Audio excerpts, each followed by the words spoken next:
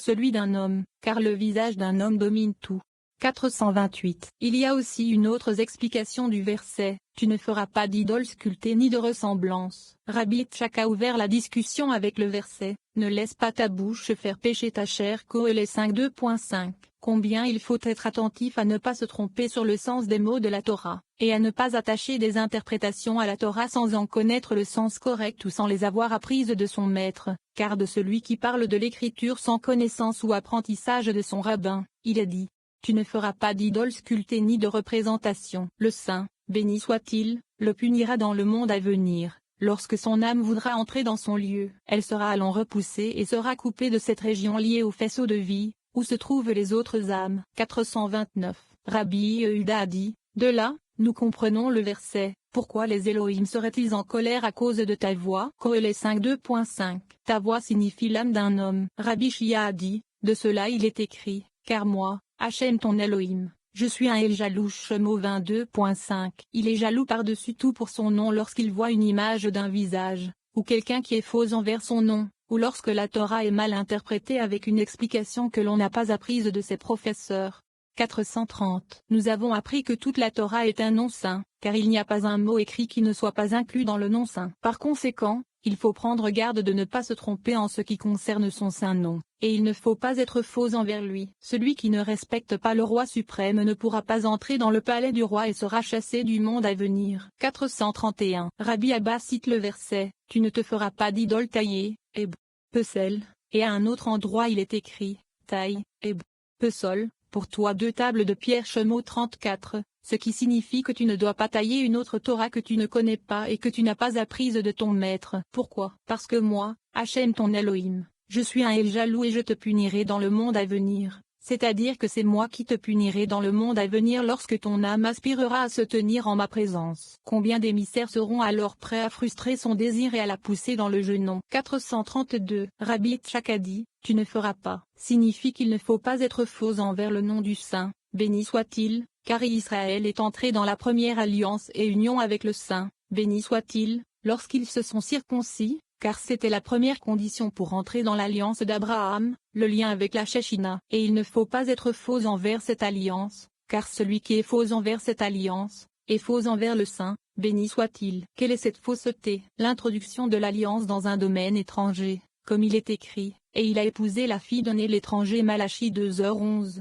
433. Rabbi Yehuda a dit, d'où, ils ont traité Hachem en traître, car ils ont engendré des enfants étrangers. Osée 5.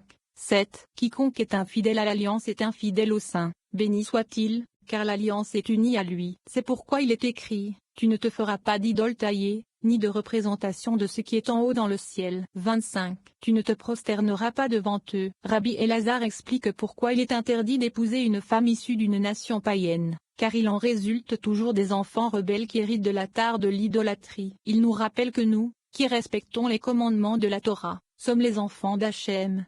434. Tu ne te prosterneras pas devant eux et tu ne les serviras pas. Shemo 22.5. Rabbi Elazar se promenait un jour en compagnie de Rabbi Shia. Rabbi Shia a dit, il est écrit, et tu vois parmi les captifs une belle femme. Devarim 21h11. Pourquoi la Torah autorise-t-elle le mariage avec elle? Est-il écrit, tu ne te marieras pas avec elle? Devarim 7:2.3. Il lui a répondu, cela ne s'appliquait qu'aux femmes indépendantes dans leur propre pays. Ici, il s'agit d'une femme captive qui se trouve sous la domination d'Israël. Par conséquent, il est permis par la Torah de la prendre comme épouse. 435. Il n'y a aucune femme parmi les nations païennes qui soit exempte de souillure. C'est pourquoi cette section concernant la femme captive est immédiatement suivie de celle du fils rebelle, pour indiquer que celui qui épouse une telle femme, engendre des enfants rebelles. Quelle en est la raison? L'impureté de l'idolâtrie héritée par la mère est difficile à enlever, et c'est d'autant plus si elle a déjà été mariée à un païen, car le jugement s'attache au jugement, et elle est souillée. C'est pourquoi Moïse a ordonné l'extermination des femmes madianites,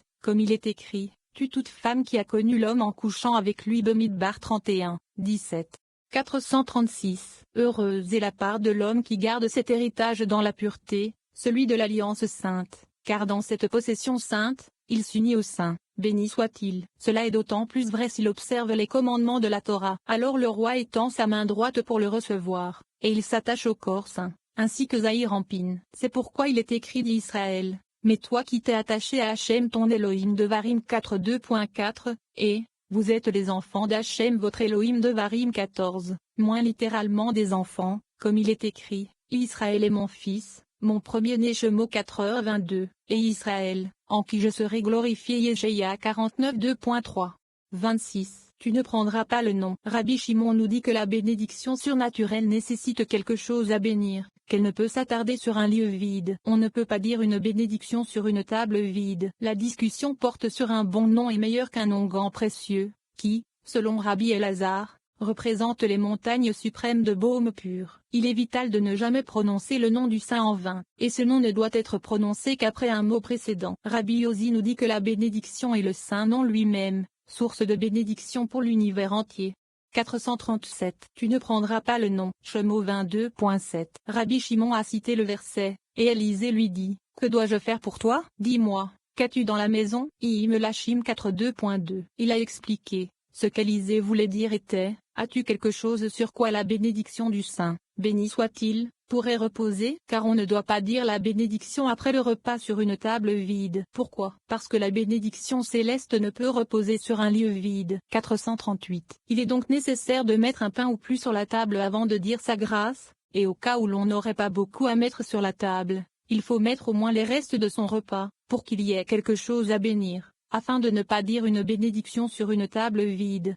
439. Lorsqu'elle dit, ta servante n'a rien dans la maison, si ce n'est un pot d'huile ibidem, il répondit, ceci est propre à recevoir une bénédiction parfaite, comme il est écrit, un bon nom vaut mieux que, l'onguent précieux Kohéleset, car le saint nom sort de l'huile, pour bénir et allumer les saintes lumières. Il demande, quelle est cette huile?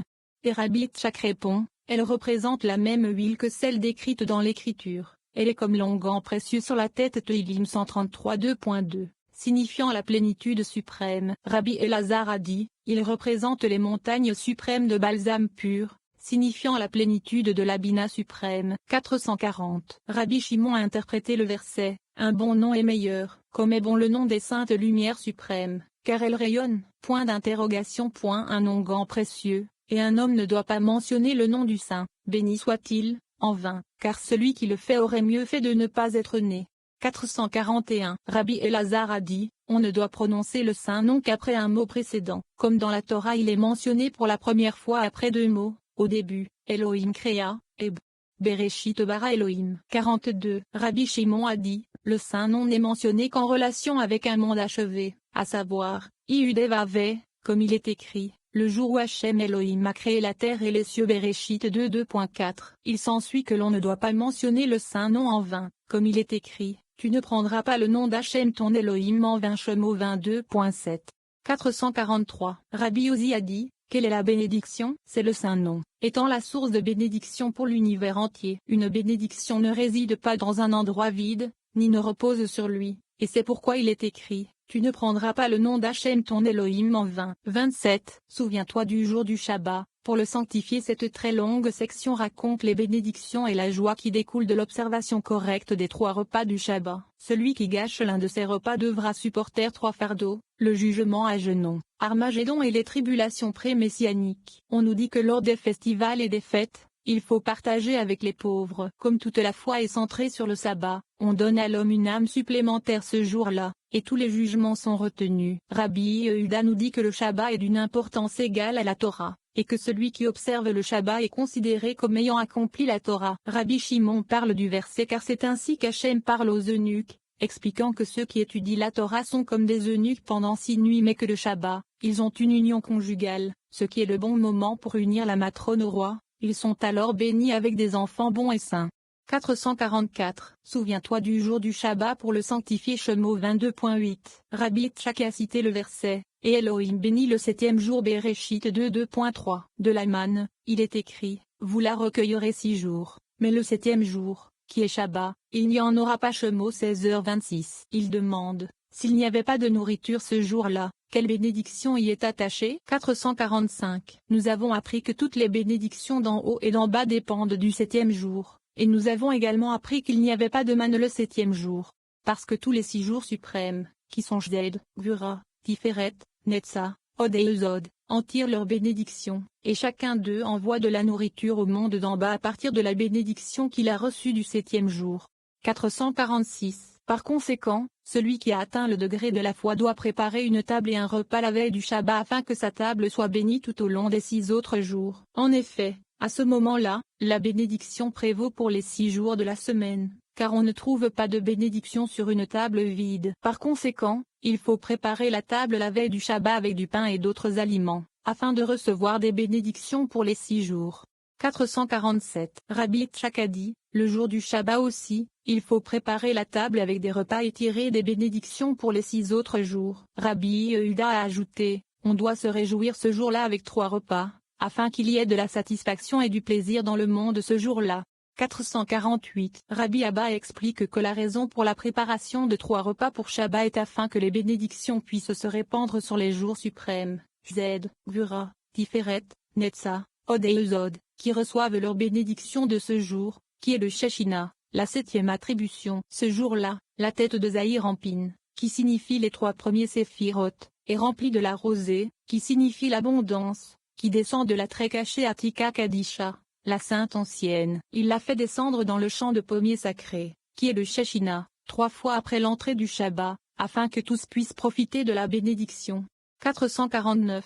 Par conséquent, un homme doit profiter de ces 3 moments, car c'est de là que dépend la vraie foi, dans Atika Kadisha, dans Zahir Ampin et dans le champ de pommiers sacré, ce qui signifie que Zahir Ampin recueille d'Atika et le transfère à Malkout, comme il est mentionné ci-dessus. Celui qui diminue le nombre de repas expose une tare dans les régions d'en haut, et son châtiment sera grand. 450. Il est donc nécessaire de préparer la table avec 3 repas après l'entrée du Shabbat, et sa table ne doit pas être vide. Ainsi, la bénédiction reposera sur lui pendant tous les autres jours de la semaine, car c'est de là que dépend la véritable foi ci-dessus. 451. Rabbi Shimon a dit, lorsqu'un homme a terminé les 3 repas du Shabbat, une voix se fait entendre et proclame à son sujet, alors tu te délecteras en Hachem. Yeshaïa 58 2.14. Ceci est en référence à un seul repas, qui correspond à l'ancien le plus saint parmi les saints. Et je te ferai monter sur les hauteurs de la terre Ibidem. Et le second repas, qui correspond au champ de pommiers saints, qui est Malkout. Et je te nourrirai de l'héritage de Jacob ton père Ibidem. C'est la perfection qu'il atteint à Zahir Ampin, dans le 3e repas. 452. En conséquence, il faut compléter les repas et trouver de la joie dans chacun d'entre eux, car c'est une manifestation de foi parfaite. Par conséquent, le Shabbat est plus précieux que tous les autres moments et fêtes car il contient tout en lui-même, alors qu'aucun autre moment ou fête ne le fait. Rabbi Shia a dit, parce que tout est en lui, il est mentionné 3 fois, et par le 7e jour, Elohim termina son œuvre qu'il avait faite, et il se reposa le 7e jour de toute son œuvre qu'il avait faite. Et Elohim bénit le 7e jour et le sanctifia. Bereshit 2.2.3. 453. Lorsque Rabbi Abba s'asseyait à ses repas de Shabbat, il avait l'habitude de se réjouir de chacun d'eux et il disait, ceci est le repas sacré du Saint Ancien, caché à tous. Sur un autre, il disait, ceci est le repas du Saint, béni soit-il, à savoir, Zahir Ampin. Et ainsi de suite dans chacun des repas. Et quand il arrivait au dernier, il disait, les repas de la foi sont terminés. 454. Lorsque Rabbi Shimon s'asseyait à ses repas, il disait, préparez le repas de la foi céleste, préparez le repas du roi. Puis il s'asseyait et se réjouissait. Lorsque le 3e repas était terminé, il était proclamé de lui. Tu feras tes délices d'Hachem et je te ferai monter sur les hauteurs de la terre et te nourrirai de l'héritage de Jacob, ton père. 455. Rabbi Elazar dit à son père, comment sont préparés ces 3 repas? Rabbi Shimon répondit, la veille de Shabbat, comme il est écrit, et je vous ferai monter sur les hauts lieux de la terre. En cette nuit, la matrone est bénie et tout le champ de pommes, qui est Malkout, est aussi béni, et la table de l'homme est bénie et une âme est ajoutée à un homme. Cette nuit signifie la réjouissance de la matrone. Et donc un homme devrait se réjouir et participer au repas de la matrone, qui est Malkout. 456. Concernant le second repas du jour du Shabbat, il est écrit, alors tu te réjouiras en lit. Au-dessus de Hachem, certainement au-dessus d'Hachem, c'est-à-dire au-dessus de Zahir Ampin, car à cette heure-là, le Saint Ancien se révèle et tous les mondes sont en joie. Et nous, en participant à ce repas, nous contribuons à cette joie et à la plénitude d'Atika, l'Ancien, car, assurément, c'est son repas. 457. Concernant le 3e repas du Shabbat, il est écrit, et te nourrir de l'héritage de Jacob ton père. Il s'agit du repas de Zahir Ampin, qui est alors en perfection, duquel les 6 jours reçoivent leur bénédiction. Par conséquent, l'homme doit se réjouir de ses repas et compléter ses repas, car ce sont des repas de la foi